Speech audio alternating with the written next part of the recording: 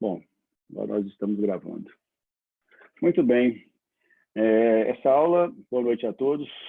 Sejam bem-vindos sempre. É um prazer enorme falar com vocês. É um privilégio fazendo essa última palestra do semestre, né, com vocês do terceiro período, que estão começando aí, né, essa questão da transição do SOI 3 para o SOI 4. Eu acho importante demais o SOI 3, porque o SOI 3 ele traz conceitos básicos que envolvem alguns mecanismos de doença. Então, acho que vocês podem, por exemplo, se tiver um tempo nesse período de recesso agora, né, pelo menos para ficar um pouco mais, né, próximo do conteúdo do SOI 4, tá, você interagir um pouquinho com a patologia geral.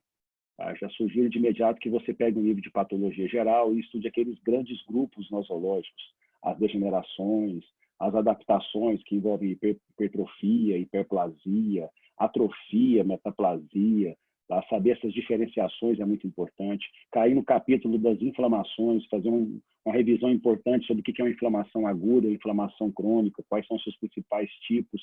Isso é muito importante também. Tá? E aí você pode entrar no capítulo das neoplasias, né? Saber o que é uma neoplasia benigna, uma neoplasia maligna, né? Quais são os seus principais achados morfológicos, né? Histológicos, citológicos, para vocês, no futuro, não ficar titubeando quando, por exemplo, um assunto já jogar esses temas, né, dentro dele. Você vai para uma palestra, vai para um congresso, aqui é uma inflamação crônica, granulomatose caseosa. Você já sabe, já mentaliza o que é aquilo. O paciente teve um processo degenerativo, como uma esteatose. Não, já sei que teve adenose é um processo degenerativo. Então, é importante que vocês, nesse período de recesso agora, quem tiver um tempinho, se puder, voltar no livro de patologia geral e rever esses principais processos. Tá? Isso vai ajudar demais no SOI 4 e também no SOI 5. Tá? Vamos lá, então. Nós vimos nessa aula de pele, nós começamos falando lá no início, a estrutura da pele.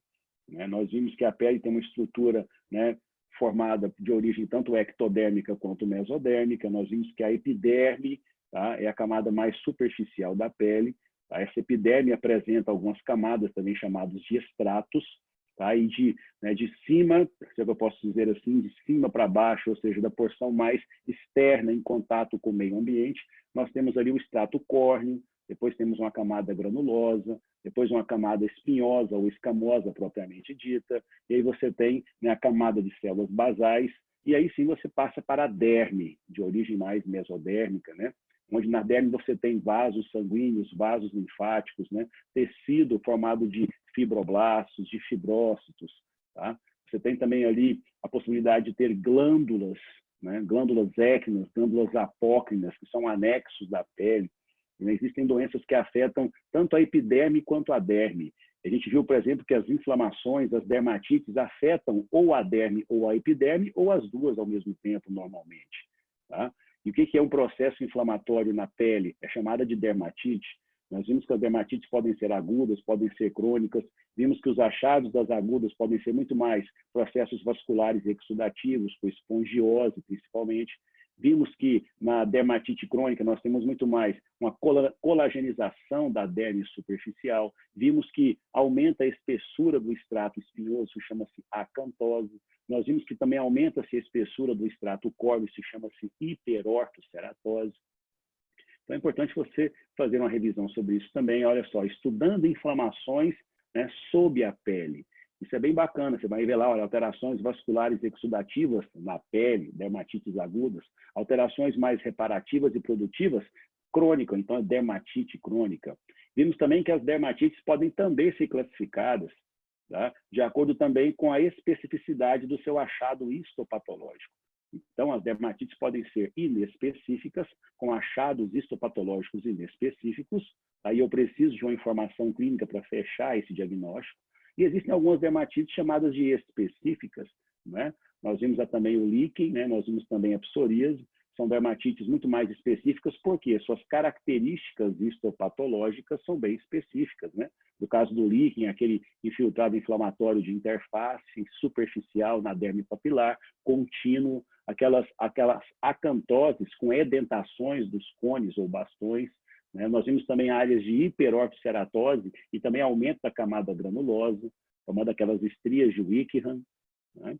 Nós vimos também as questões sobre a psoríase, que é uma dermatite também de causa desconhecida, que tem relação com algum desconforto, né, emocional. A pessoa que tem, às vezes, estresse, ela apresenta lesões psoriáticas na pele. Tá? E essa psoríase também é uma dermatite específica, porque os achados microscópicos são muito específicos, né? Ela forma aquela acantose com os seus cones parecendo clavas. Você tem os microabscessos de Monro. Então, as dermatites, além de serem agudas e crônicas, elas também podem ser classificadas do ponto de vista de serem específicas ou inespecíficas.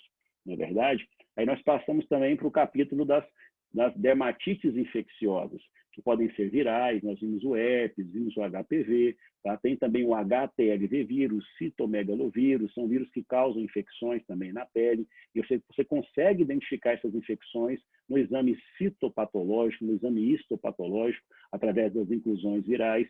Vocês viram que tem diversos tipos de herpes, diversos tipos de HPV. As lesões que eles provocam dependem do tipo de vírus. O HSV1 tende a muito mais ficar na região da mucosa oral, enquanto que o HSV2 ele tem muito mais tropismo pela região genital, formando vesículas, né, nesses locais. É a apresentação morfológica macroscópica da herpes. Vimos também o HPV, que além de causar dermatites infecciosas, provoca mutações nas células escamosas, levando à proliferação de células escamosas, formando os condilomas acuminados, se o vírus for 6 e for o 11. Tá? E se o vírus for o 16, 17, 31 e 32, nós temos lá, tá, a questão da... Tem o microfone aberto aí, por favor. Tá? Aí temos também as dermatites, né, causadas por bactérias. Nós vimos a erisipela, nós vimos o impetigo. Tá? Tem dermatites também formadas por micobactérias, vocês viram a hanseníase, por protozoários, vocês viram a leishmaniose, né, alguns parasitas importantes. Tá? Enfim, e aí chegamos aqui nas doenças vesiculosas. Então, saímos das dermatites e viemos aqui parar nas doenças vesiculosas. Percebam que essas doenças vesiculosas, de cara, elas já envolvem mecanismos imunológicos. Então, para você entender essas doenças vesiculosas, você tem que voltar a entender a histologia da pele, porque isso aqui afeta os desmossomos e também os hemidesmossomos, além de proteínas que formam aquela ancoragem, né? Colágeno tipo 7, colágeno tipo 14, tá? Colágeno tipo 4. São colágenos que estão ali, né, formando a ancoragem da epiderme com a derme. Tá? Então, principalmente o colágeno tipo 7, encontrado na epidermólise bolhosa, tá? Se a pessoa nasce com mutações nessas proteínas, ela tem dificuldade de manter a integridade da sua pele. Ela acaba formando, então, bolhas. Né? E essas bolhas podem ser classificadas, podem ser bolhas intraepidérmicas, bolhas subepidérmicas, e essas doenças são classificadas de acordo, estão diagnosticadas de acordo com a apresentação dessas bolhas. Tá? Algumas doenças, né, normalmente evoluem com bolhas intraepidérmicas, outras com bolhas subepidérmicas. Mas o que é uma bolha intraepidérmica? O que é uma bolha subepidérmica? Bom, normalmente quando o paciente tem uma doença, né, normalmente imunológica, e ela afeta os desmossomos, pode ser até mesmo a presença de autoanticorpos contra os desmossomos, as células se soltam umas das outras e formam-se bolhas intraepidérmicas, dentro da epiderme. Essas bolhas podem, por exemplo, serem formadas entre o extrato córneo e o extrato espinhoso, no caso do pênfigo foliáceo, ou podem ser bolhas formadas dentro do chamado extrato espinhoso, no caso do pênfigo vulgar. São bolhas intraepidérmicas e o mecanismo é imunológico. Tá? Então, ela forma uma bolha, o paciente forma uma bolha dentro da epiderme. Por quê?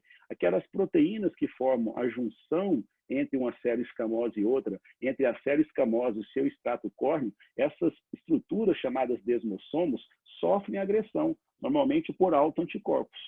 Tá? O paciente fabrica autoanticorpos ou ele tem uma predisposição genética a formar esses autoanticorpos contra desmossomos. E aí, de vez ou outra, ele apresenta o quê? Uma bolha intraepidérmica. Tá? Quando aparece, não se sabe, tem algumas faixas etárias ali associadas. Umas doenças afetam, além de pele, afetam também a mucosa. Tá? Outras afetam apenas a pele. Tá? O pemphigoide bolhoso afeta muito mais só a pele. Já o pênfigo afeta tanto a pele quanto as mucosas, mas tanto um quanto o outro tem bolhas diferentes. Normalmente, o pemphigoide bolhoso ele apresenta bolhas subepidérmicas, enquanto que o pênfigo apresenta bolhas intraepidérmicas. Então, essas doenças vesiculosas têm 3 características importantes. envolvem mecanismos imunológicos. Tem alterações que afetam tanto desmossomos quanto hemidesmossomos e também colágenos, malformações, ou então doenças que emanam das mutações em proteínas, em genes que codificam esse tipo de colágeno. E a consequência é essa. A manifestação é a formação de vesículas e bolhas, que podem ser intraepidérmicas e subepidérmicas. A diferença de vesícula e bolha é o tamanho. Alguns livros colocam que vesícula é até 5 milímetros, outros colocam que a bolha é maior do que 5 milímetros. Tá bom? Muito bem. Vamos lá. Olha aí, esse é o pênfigo vulgar. Uma doença autoimune rara, não hereditária, crônica, com bolhas flácidas e pele desnudada. As lesões primárias do pênfigo vulgar são essas bolhas aqui, olha, bem flácidas, né? Você observa aqui, se eu consigo levar o mouse lá, ixi, aqui, olha só, uma bolhazinha bem flácida, mole, não uma bolha com conteúdo, né, tão intenso. Isso não dá para ver, não. Não dá para ver? Tá na tela, de slide doenças vesiculosas. Não mudou, não. É sério? Uhum. Estranho. Deixa eu parar o compartilhamento aqui, então. Tá bom. E compartilhar de novo. Entendi. Deixa eu sair desse computadorzão grande aqui, depois eu mexo com ele. Agora vai. Agora foi? Tá vendo aí ou não? Peraí, tá carregando, tá tudo branco ainda. Tá tudo branco ainda, prof. O que foi, será? Agora saiu o compartilhamento. Tá bom, vou dar um jeito aqui, peraí.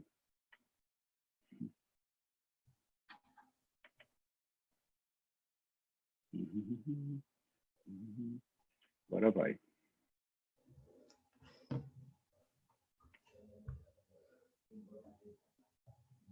Ué. Ai, Jesus. Tem que ser na última mesmo, né? Para ficar bonito. Para ter emoção. Para ter emoção. Deixa eu aceitar aqui a Yara, que está chegando aí. Muito bem. E agora eu vou aqui, pronto. Ó, tá enxergando aí? Agora eu tô. Epiderme, derme, nesse slide. Muito Pronto, bem. tá passando. Perfeito. Agora você viu a lesão aí do pênfigo? Sim. Uhum. Então, de novo, hein? Voltando nas doenças vesiculosas, olha só, o pênfigo é um exemplo de doença vesiculosa. Uma doença autoimune rara, não hereditária, crônica, com bolhas flácidas, são essas bolhas aqui, olha, bem flácidas que se formam. O conteúdo dentro delas é um conteúdo de líquido escasso, elas se rompem, isso que causa dor. Então, veja só, no pênfigo vulgar existem erosões da pele, não são ulcerações, são erosões. Qual a diferença? Apenas o extrato espinhoso se solta. Isso aqui é uma lesão própria da epiderme, você não tem acometimento da derme. Quando você tem acometimento da derme, né, pegando tecido conjuntivo, já se torna uma ulceração.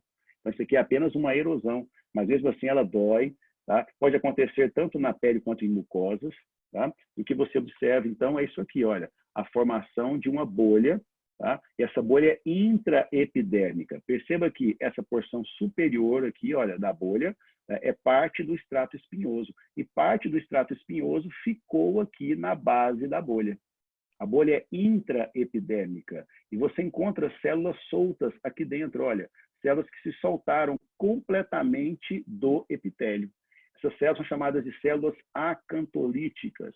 Agora, por que o paciente forma essas bolhas? Porque ele desenvolve um processo imunológico que forma autoanticorpos, forma algum tipo de agressão contra esses desmossomos que unem essas células escamosas umas às outras.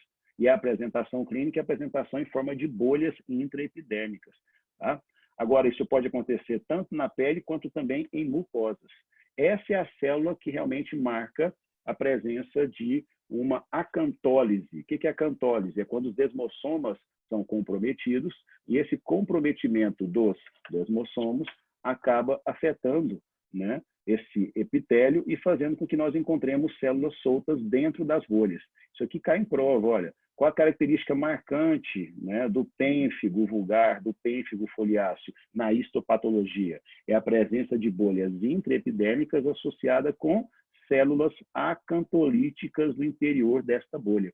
Ou seja, essa célula estava fazendo parte desse epitélio. Só que os desmossomas ao redor dela se romperam, foram agredidos por um processo imunomediado e agora essa célula se soltou e veio parar dentro da bolha. Nome para ela, acantolítica. Mas veja que tem permeação por neutrófilos, é uma reação imunológica que pode, né, disparar complemento. Às vezes chega ali um autoanticorpo, ele encosta na proteína de superfície de membrana, dispara o complemento, chama neutrófilo, o neutrófilo libera enzimas naquele local que destroem os desmossomos. E essa bolha é formada de forma intraepidérmica, causando, então, a apresentação clínico-patológica do pênfigo.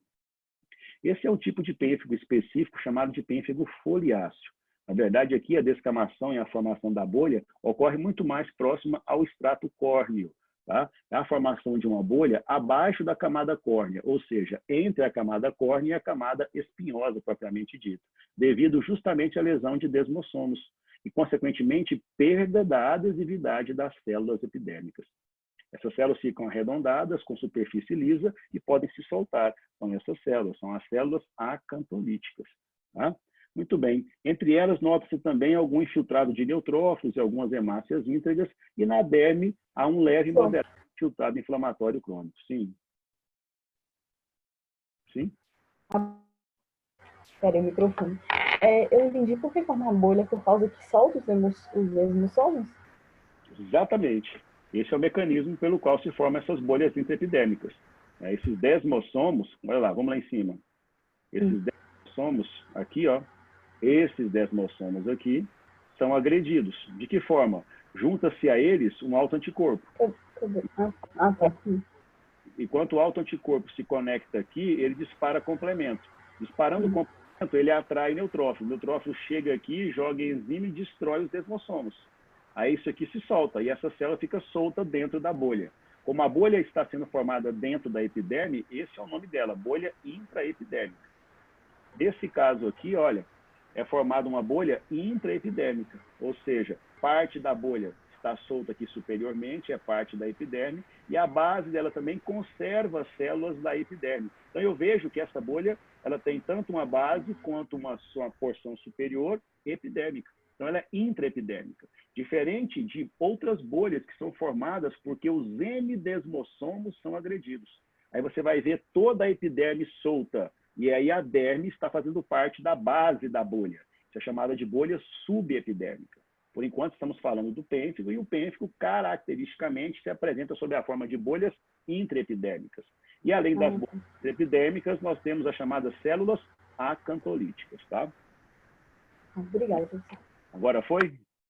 Ótimo. Agora sim. Então, esse é o pênfigo foliáceo. Mais uma vez, o pênfigo foliáceo. Perceba novamente aqui, quem não entendeu até agora, essa bolha é formada dentro da epiderme.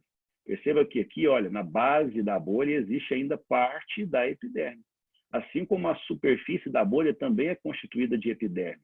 Então, essa é uma bolha intraepidérmica. Onde foi a lesão aqui? Nos desmossomos. Qual o principal mecanismo? Imunomediado. Qual a origem dessas doenças? Desconhecidas. Tá? Muito bem.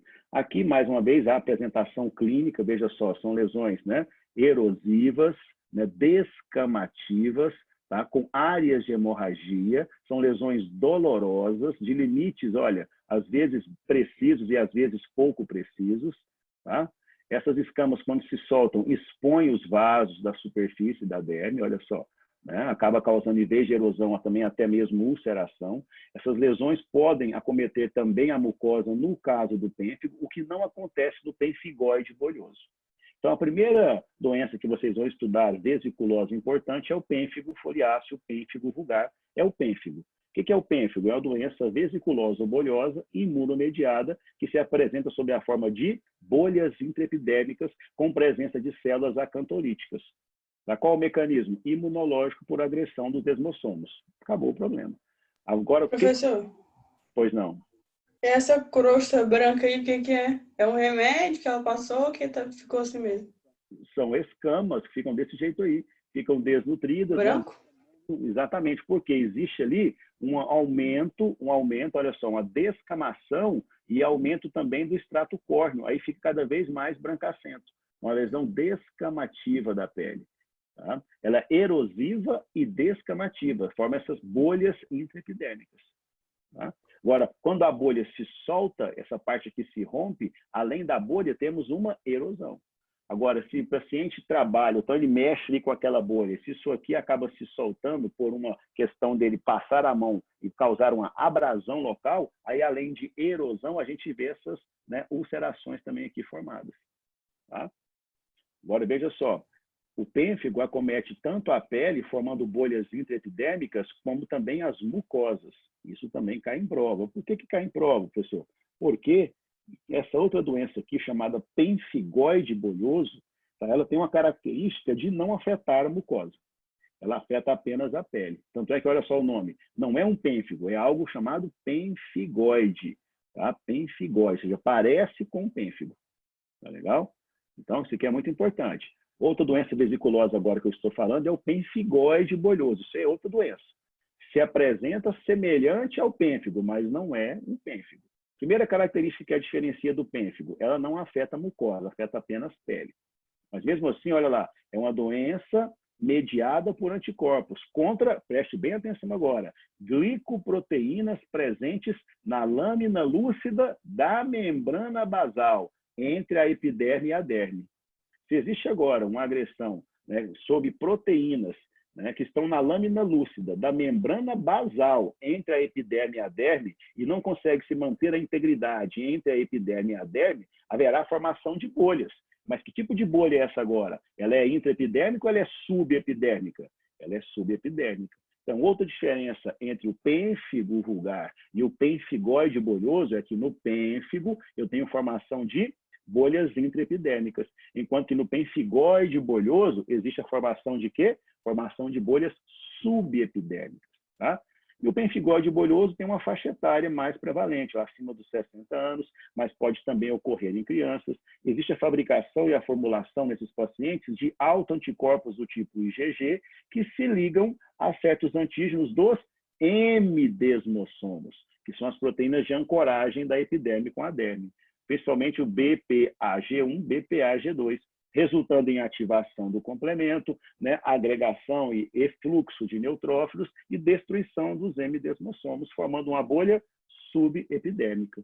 Veja só a apresentação clínica, né? Aqui já uma erosão, mas aqui uma bolha, né, bem formada. Tá? Essa bolha tem que ser tirada como um todo, ou pelo menos parte dela, a gente conservar numa biópsia, tá? Com uma bolha muito grande, não tem como tirar ela toda e mandar para a patologia. Tá? Você pode procurar uma bolha menor para tirá-la toda, ou se você tirar parte dela, pode ser que ela não chegue íntegra no laboratório, mas se chegou, né, íntegra, e eu consigo notar que aqui toda a epiderme se soltou da derme, formando uma bolha subepidérmica, isso não é mais pênfigo. Isso tem outros diagnósticos diferenciais possíveis. Isso pode ser pênfigoide bolhoso, pode ser dermatite herpetiforme ou pode ser epidermólise bolhosa. São os principais diagnósticos diferenciais para uma bolha subepidérmica. Tá legal? Aqui a epidermólise bolhosa é outra, já é uma terceira doença vesiculosa. Então, nós já vimos o pênfigo, vimos o pênfigoide bolhoso e essa é a epidermólise bolhosa. Essa é grave, tá? É um transtorno genético raro com clivagem na derme, né, epiderme inferior ou na junção dermoepidérmica. Apesar de ter uma incidência de 8 a 19 por milhões de pessoas, ela também é classificada e subclassificada com características clínicas, que precisa ser feito até mesmo estudo imunofenotípico, tá? Imuno também fluorescêntico, para fazer diagnósticos diferenciais e classificá-la em epidermólise bolhosa simples, epidermólise bolhosa juncional, distrófica e também a chamada síndrome de Kindler, com base no nível de separação de tecido dentro da zona da membrana basal cutânea. Então, a epidermólise bolhosa, o pênfigoide bolhoso, a dermatite herpetiforme, as lesões acontecem na base, na junção dermoepidérmica. Por isso, elas formam as chamadas bolhas subepidérmicas. A epidermólise bolhosa é grave, principalmente quando afeta crianças, tá? A forma muito mais genética, tá, do que a adquirida. Tem dois tipos de epidermólise, uma que pode ser adquirida e outra que é muito mais genética. Vamos ver esses tipos. Essa aqui é a epidermólise bolhosa adquirida. Ela pode ocorrer em todas as faixas etárias. Você vai me perguntar, por que a pessoa adquire um negócio desse? Veja só, a etiologia exata da epidermólise bolhosa adquirida não é conhecida, mas algumas pesquisas, alguns dados mostram que sugerem, de novo, ó, em mecanismos imunomediados, a formação de autoanticorpos, né, direcionados contra, veja só, uma proteína que está compondo aquela base de ancoragem da epiderme sobre a derme, contra o colágeno tipo 4. Então, a pessoa vem numa vida tranquila e normal, de repente, numa fase da vida dela, ela desenvolve um mecanismo autoimunológico que começa a agredir a junção dermoepidérmica, principalmente o colágeno tipo 7, que é um componente-chave das fibrilas de ancoragem dentro da junção dermoepidérmica. Você biopsia isso aí, manda para mim, achando que é um eczema de contato, né? Achando que, por exemplo, é uma dermatite atópica, mas nós vamos ter uma surpresa. Por quê? Essa lesão aqui parece realmente uma dermatite, parece uma dermatose evoluindo para a fase crônica, mas veja só, tem formação de bolhas.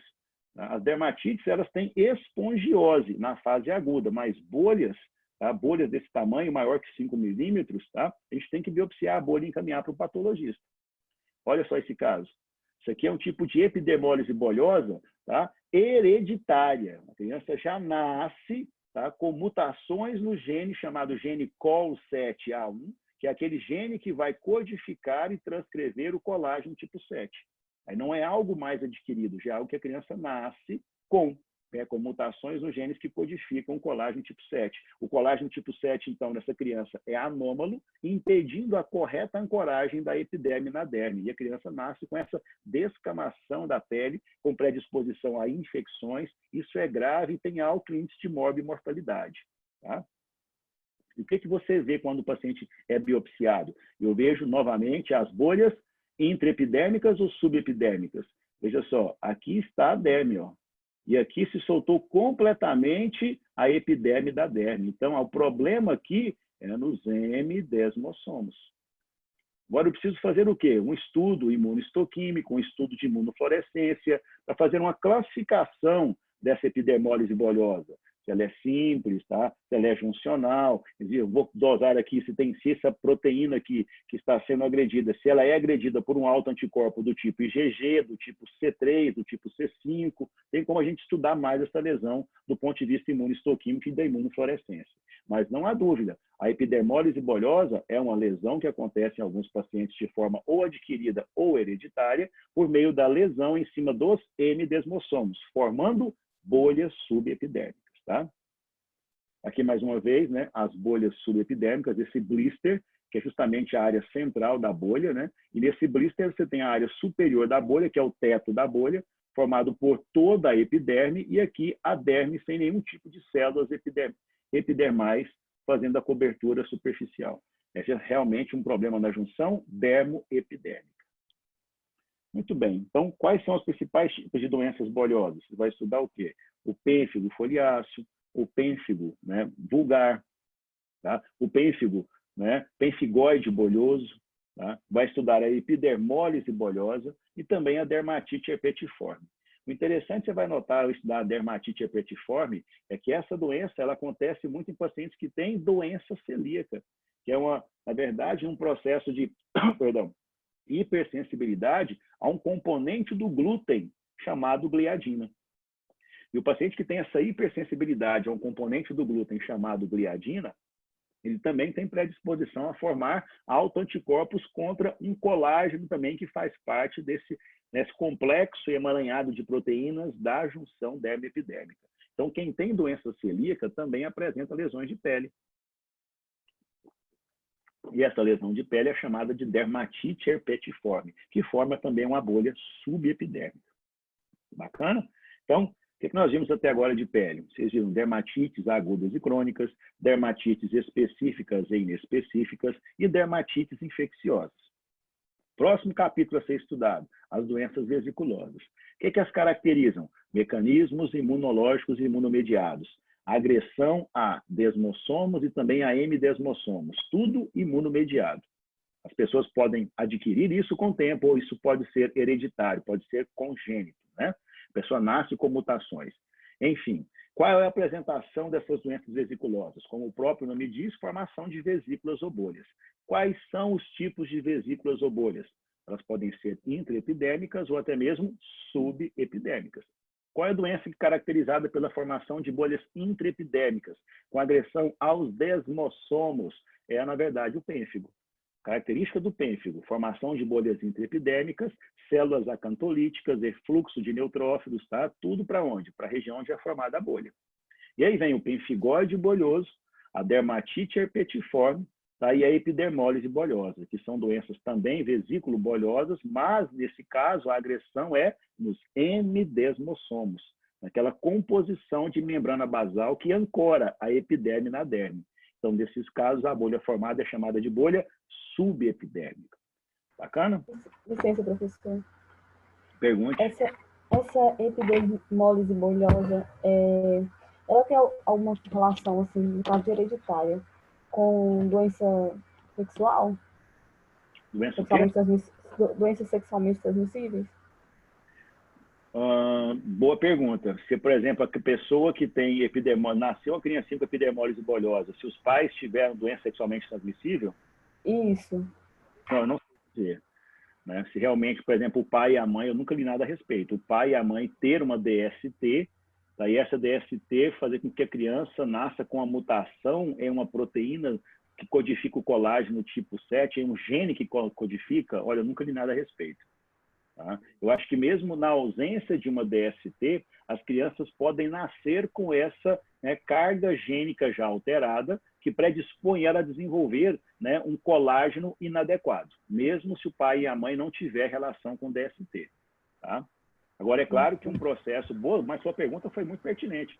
É claro que uma pessoa que apresenta, né, uma doença sexualmente transmissível, o pai e a mãe, e aquele período que eles estão, né, infectados, se aquela gestação acontece e a mãe permanece infectada, por exemplo, por uma HIV, por uma sífilis, por um citomegalovírus, tá, por um dengue vírus, né, sei lá, por um zika vírus, se isso vai ter também interferência nesses, né, nessa composição genômica dela para as questões de doença da pele. Eu nunca li nada a respeito, mas é bem possível, claro que é possível. Uhum. Tá bom? Tá bom, obrigada. Vamos lá? Vamos terminar, então, nossa conversa falando um pouquinho desses tumores da pele. Vocês viram alguma coisa sobre isso? Carcinoma escamoso celular da pele, carcinoma basocelular e melanoma? Vocês tiveram esse APG? Sim ou não? Foi a última. Foi a última? Então, quais são as principais neoplasias que envolvem a epiderme? Veja bem, eu não vou falar de neoplasias que envolvem a derme, que é um capítulo da dermatopatologia. Tá? Aliás, são capítulos da dermatopatologia que envolvem as lesões neoplásicas da derme, né? Como, por exemplo, lesões que alteram o conjuntivo, lesões que alteram também os anexos, como as glândulas écrinas, as glândulas apócrinas, né? As glândulas sebáceas, no caso, também o folículo piloso. Então, existe uma série de doenças que afetam a derme. Tá? Existem até mesmo doenças, né, sistêmicas que se manifestam na pele, né, afetando tanto a derme quanto a epiderme, no caso do lúpus, onde você encontra infiltrado inflamatório muito mais profundo na hipoderme, agredindo anexos e uma atrofia da epiderme associada. Esse é o lúpus eritematoso sistêmico, uma doença sistêmica que se manifesta na pele. Você observa aquela lesão, né, na região malar chamada vespertílio. Então, não esqueça também que a pele, por ser o maior órgão do corpo humano, algumas doenças sistêmicas, principalmente imunomediadas, se apresentam também na pele. Bom, vamos falar então de tumores da pele. Bom, preste bem atenção para você aprender um pouquinho também de neoplasia agora nessa nossa conversa. Veja só, se a pele é revestida por epitélio escamoso, tá, não tem nenhuma dúvida de que pode ser que os raios UVA e UVB causem mutações nas células escamosas e o paciente pode desenvolver, então, por meio dessas mutações, o quê? Lesões proliferativas. Quais são elas? Lesões benignas, como lesões chamadas de papilomas da pele, né? Lesões pré-cancerosas, como, por exemplo, a ceratose actínica, e até mesmo lesões neoplásicas das células escamosas malignas, chamadas de carcinoma escamoso da pele. Então, quando você fala carcinoma, já indica que é maligno, porque existe a potencialidade de metastatização. Agora, para ter certeza que é maligno, já tem um critério confirmado. O único critério fidedigno de malignidade de uma neoplasia é a presença de metástase. Tá legal? Então, vou estudar agora câncer de pele. Vou olhar, então, para a epiderme. Quais são as células presentes na epiderme? Nós temos células escamosas e lá na porção basal da epiderme nós temos células basais. E essas células basais também, por meio de uma herança hereditária ou por meio de um contato com fatores ambientais, o paciente pode ter mutações nessas células basais e também desenvolver uma e até mesmo múltiplas lesões pequenas, peroláceas, principalmente na face, chamadas de carcinoma basocelular. Veja bem, duas neoplasias importantes na epiderme, o carcinoma de células escamosas, chamado de carcinoma escamocelular, também chamado de epidermoide, também chamado de espinhoso, na literatura antiga. Então, esses três nomes para a mesma coisa, são neoplasias malignas de células escamosas. E aí vem o carcinoma basocelular, uma neoplasia também maligna, raramente metastatizante, mas tem comportamento biológico agressivo, que ocorre por mutações nas células basais desses pacientes. E o mais famoso de todas, neoplasias da epiderme, que também pode ser encontrada na derme, o chamado melanoma, que é uma neoplasia de células melanocíticas. Tá? Vamos então cada uma delas. Melanoma. Vamos falar primeiro do melanoma. Ao que vocês podem estar pensando aí, o melanoma tende a ser a neoplasia mais comum na pele. Só que não. Ela é a neoplasia menos prevalente na pele. O mais prevalente é o carcinoma basocelular. Depois o carcinoma escamoso. Por último, o melanoma. Só que ele é famoso, porque o melanoma é uma neoplasia por si só, mesmo terminada em oma, ela é maligna, ela é agressiva. É uma neoplasia maligna de melanócitos. E os melanócitos são células produtoras de pigmento enegrecido, denominado melanina. E até mesmo nas lesões melanocíticas proliferativas, eu vou encontrar uma produção anômala de melanina. Por isso, esses melanomas são lesões escurecidas, na sua grande maioria, nem todos. Essas lesões afetam principalmente a pele, mas nós temos melanomas também no intestino e nos olhos. Por quê? Porque lá nesses órgãos, tanto no intestino quanto nos olhos, nós temos alguma pequena quantidade de melanócitos. Você vai também ouvir falar em melanoma no intestino, aí também em melanoma uveal. Lá na úvea também existem melanócitos. Algumas pessoas podem ter melanoma uveal, que faz ele perder, inclusive, o globo ocular. Muito bem. São os menos comuns dos cânceres de pele, mas o mais letal. 75% dos óbitos por câncer de pele está relacionado com o melanoma, pela sua grande potencialidade de ser invasivo, infiltrativo e principalmente metastatizante. Quem é o paciente que tem esse melanoma? É o brancão, aquele caboclo branco, né, caucasiano, né, que vem morar em país ensolarado, ou já mora em país ensolarado, como, por exemplo, a Austrália, Nova Zelândia, ou vem para o Brasil, ou nasceu aqui no Brasil, caucasiano, todo branco, os pais também são todos brancos, e mora na região litorânea.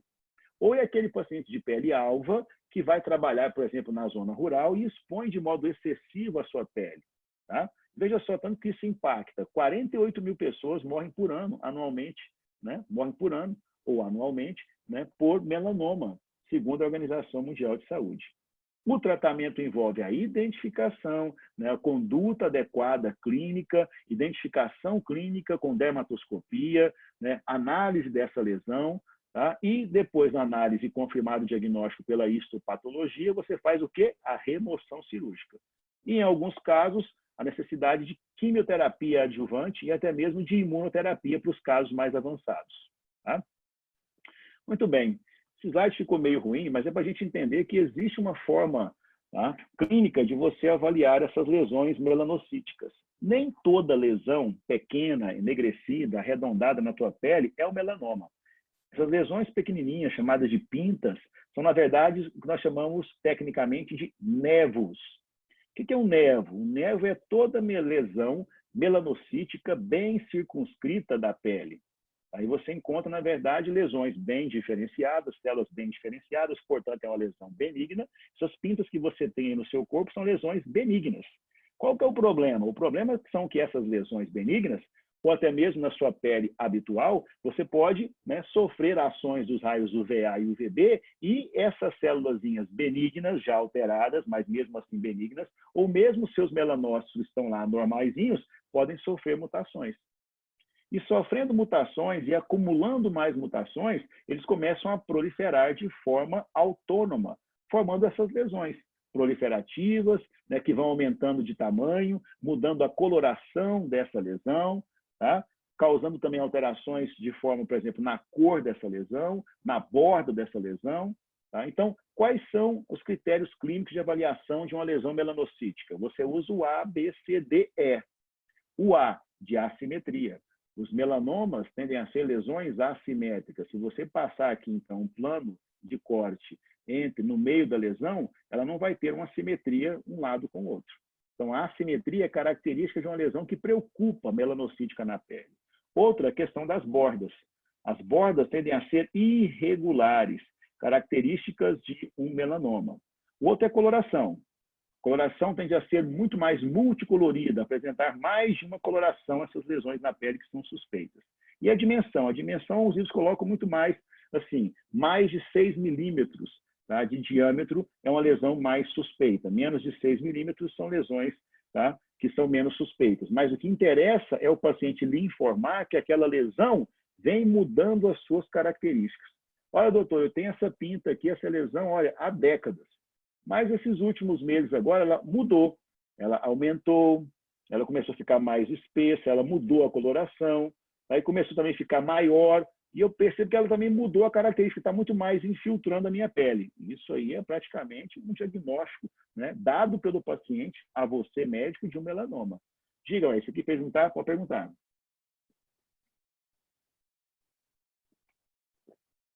Levantou a mão? Não quer perguntar? Vamos lá. Olha aí, melanomas. A maioria se origina na epiderme, mas tá, podem também apresentar-se na derme. A gente vai ver que existem dois tipos de melanomas. Melanomas tumorgênicos e melanomas não tumorgênicos. Tá? Olha só, ele pode ser também melanoma in situ, e aqui cabe um parêntese. Você já sabe, você é aluno do SOI3, o que é uma neoplasia in situ? Sabe diferenciar uma neoplasia in situ de uma neoplasia invasora? O que é uma neoplasia in situ? É quando ela comete praticamente toda a superfície daquele tecido, toda a sua porção chamada de parenquimatosa, epitelial, superficial. Ela não infiltra o conjuntivo, não infiltra, nesse caso, a derme. Esse melanoma é uma proliferação de melanócitos atípicos, cariomegálicos, hipercromáticos, produzindo melanina em excesso, mas literalmente contido na epiderme. Porque se ele invade, se ele infiltra, ele muda de nome, ele é chamado de melanoma invasivo. Ele se estende da epiderme para a derme. Tá? Ocasionalmente, os melanomas invasivos são inteiramente dérmicos. Tá? Mas existem melanomas invasivos também, tá? Epidérmicos e dérmicos. Então, é preciso classificar os melanomas, que estão ora na epiderme, ora na derme, ou também, em alguns casos, na epiderme e na derme. Por que é importante classificá-los? Porque se o melanoma está na epiderme, qual é o prognóstico dele? Se ele está na epiderme e na derme, qual é o prognóstico dele? E se ele está completamente na derme, qual é o prognóstico dele? Então, nós temos uma classificação para os melanomas. Ele pode ser chamado de melanoma não tumorgênico, ou seja, não existem massa de células melanocíticas presentes na derme, tá? E não há ninhos de células atípicas maior do que a espessura da epiderme. Ou seja, essa lesão ela está praticamente contida onde? Na superfície da pele, na epiderme.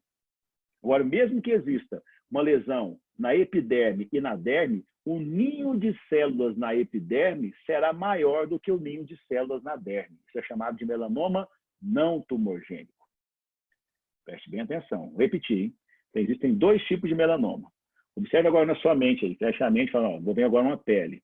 Tem a epiderme e a derme. Se esse melanoma surgiu exclusivamente na epiderme, ele é melanoma não tumorgênico. Inclusive, ele é o quê? Um melanoma in situ, também chamado de lêntigo maligno. Veja só, uma lesão melanocítica que está contida exclusivamente na epiderme. Ele não infiltra a derme.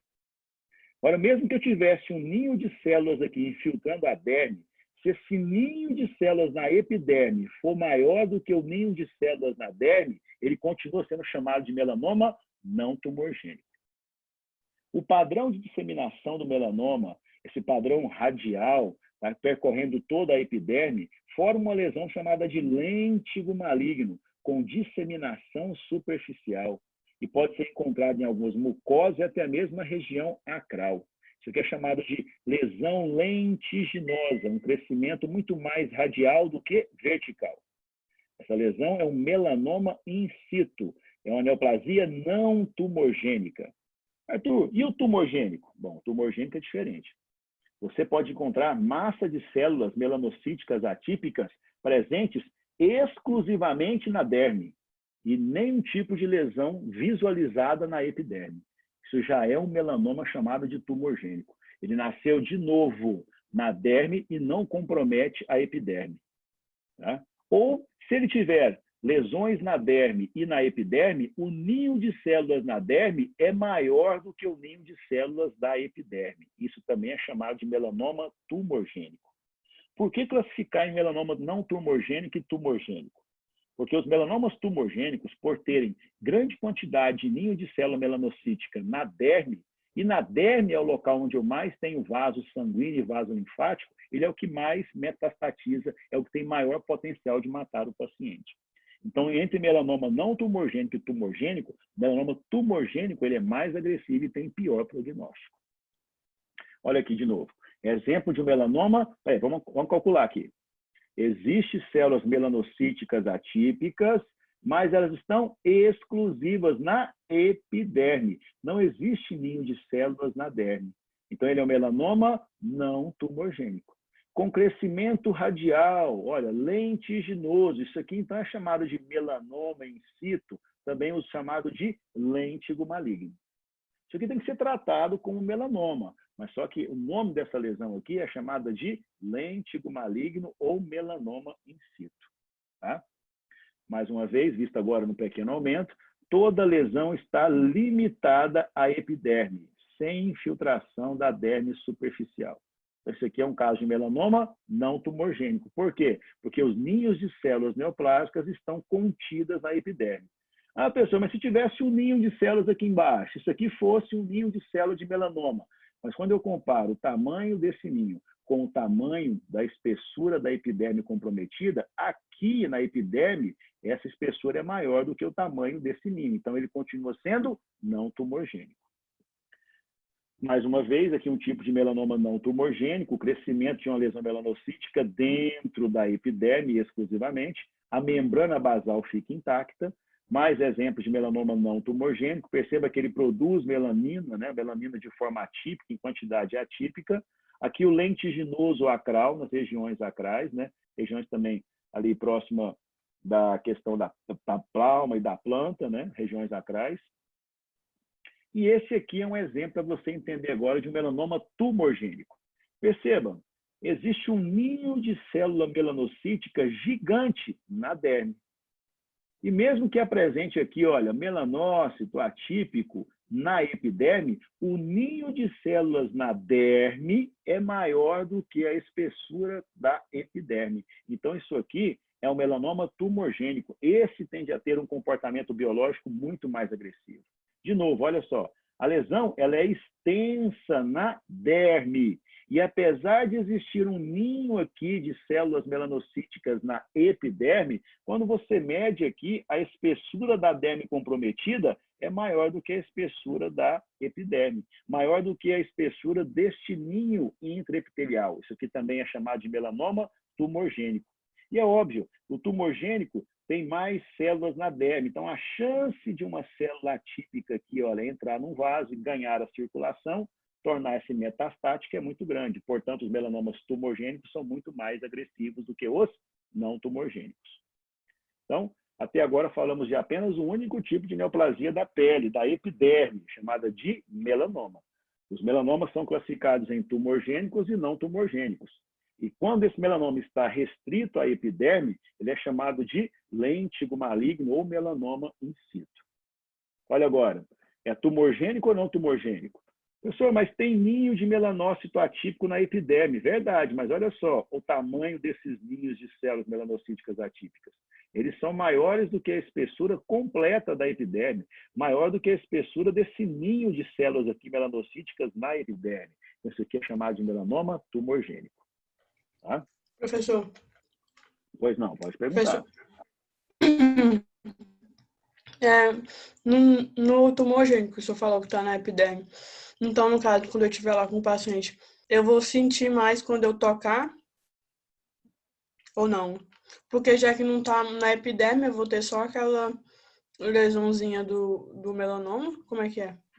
Não, ele pode, nesse caso aqui, por exemplo, né, você tem lesões na epiderme, então ele vai ter alterações que serão visíveis a olho nu da epiderme. Só que, olha só, que ele forma uma lesão nodular. Então, além de ter alterações na epiderme, tem também na derme. Na dermatoscopia, você vai encontrar uma lesão talvez abaulada, além de alteração alterada. E você faz, então, a biópsia. E você percebe pela biópsia que aqui, apesar de ter lesões alteradas aqui e alteração macroscópica na epiderme, ele é chamado de melanoma tumorgênico. Por quê? Porque o ninho de células na derme é maior do que a própria espessura da epiderme comprometida. Por isso ele é tumorgênico. E sendo tumorgênico, ele tem comportamento biológico mais agressivo. Tá? Por quê? Porque é justamente na derme que nós temos vasos linfáticos e vasos sanguíneos. Quando você vem para esse caso aqui, você olha, você tem um de célula exclusivo na epiderme. Você não tem nenhum tipo de lesão aqui na derme, nem mesmo superficial, isso aqui é folículo piloso.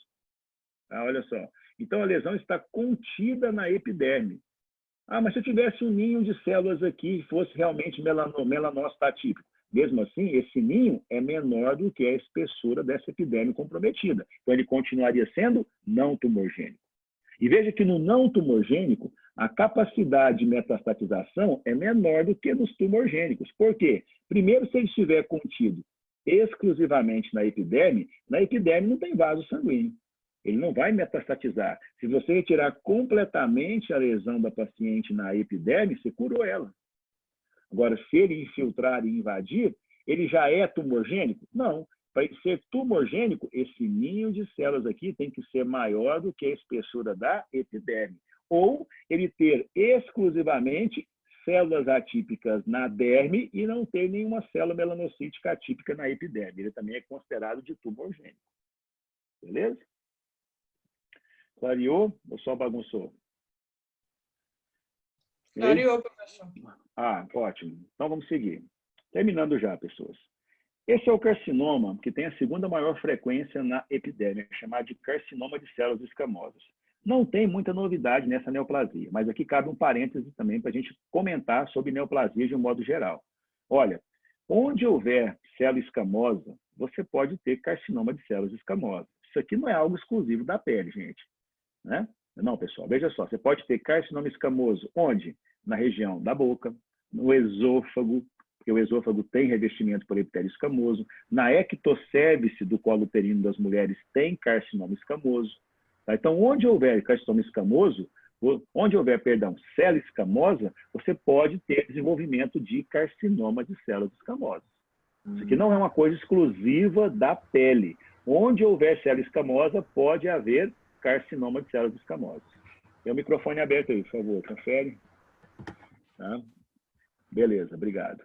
Outra coisa, essa lesãozinha aqui é uma lesãozinha que tem íntima relação com a exposição ao sol, assim como tem também o melanoma. Essa lesão aqui, o carcinoma escamoso, ela pode se apresentar previamente por meio de uma lesão chamada pré-neoplásica, e ela tem nome, isso é chamada de ceratose actínica. Se você observar, você tem fazenda, já teve contato com pessoas que trabalham na zona rural, deixam aquela camisa entreaberta no colo e tomam sol tanto no braço quanto no colo, tá? Na região do colo, entre as mamas, né? No meio do tórax aqui superficial, à frente do externo, essa pele que reveste o externo, ela fica muito exposta ao sol. Você encontra umas lesões um pouco crostrosas, tá? Com um pouquinho mais de espessura de extrato córneo.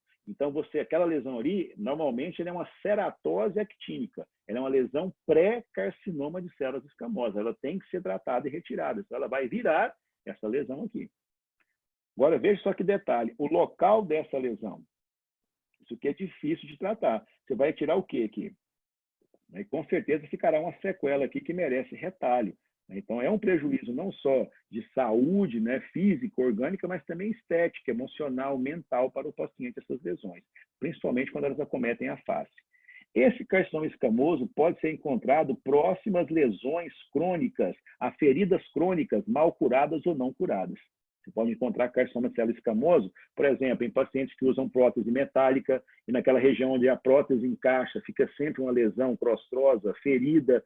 A região próxima a ela pode também sofrer mutação e evoluir para um carcinoma de célula escamosa. Então, locais de feridas crônicas também é um fator de risco para o carcinoma de células escamosas, assim como a exposição solar a raios UVA e UVB.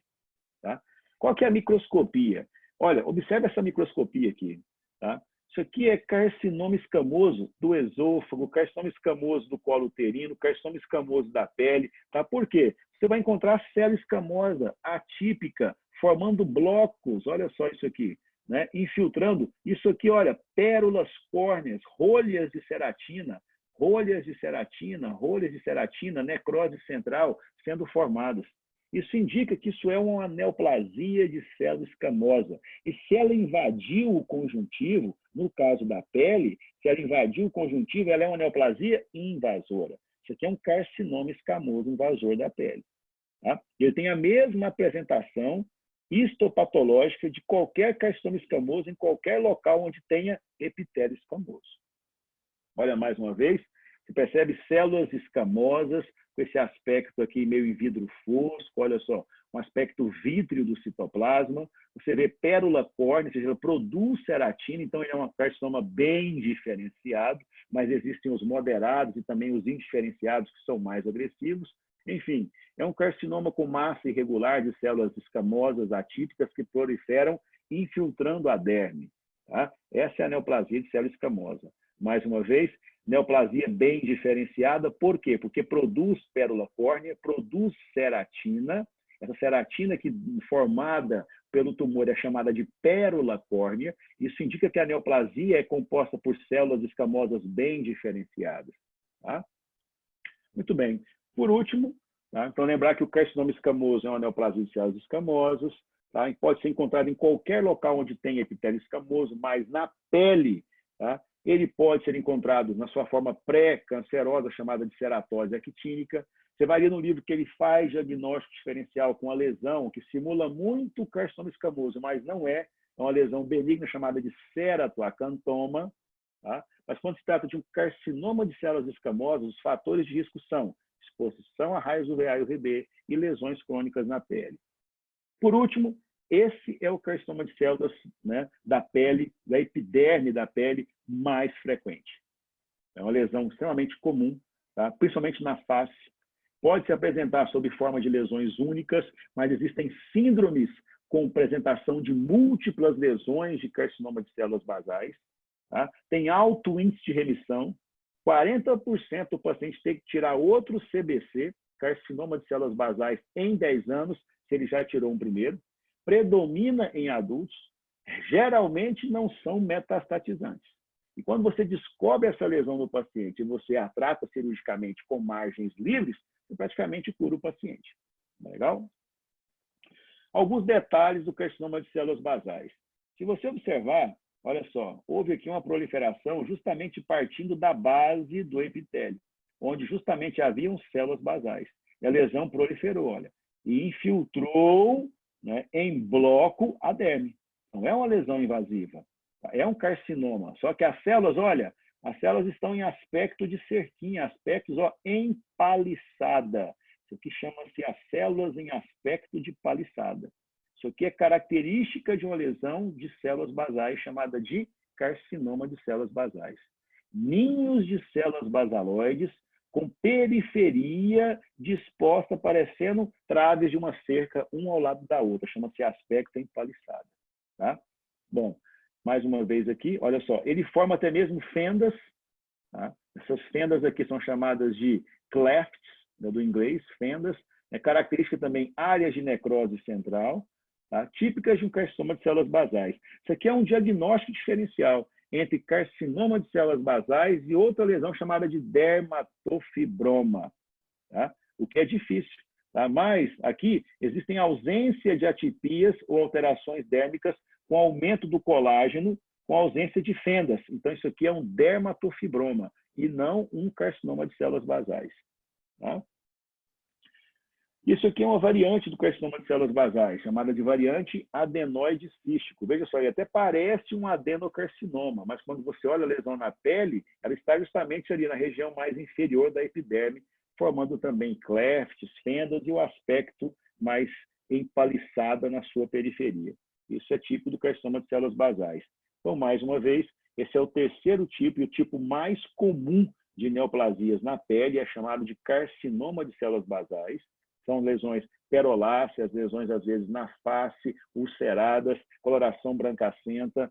Tá? Você biopsia e encontra células, olha, bem hipercromáticas, com clefts ou fendas, separando esses blocos de células com atipias, e na periferia, células em paliçada. Isso é carcinoma de células basais.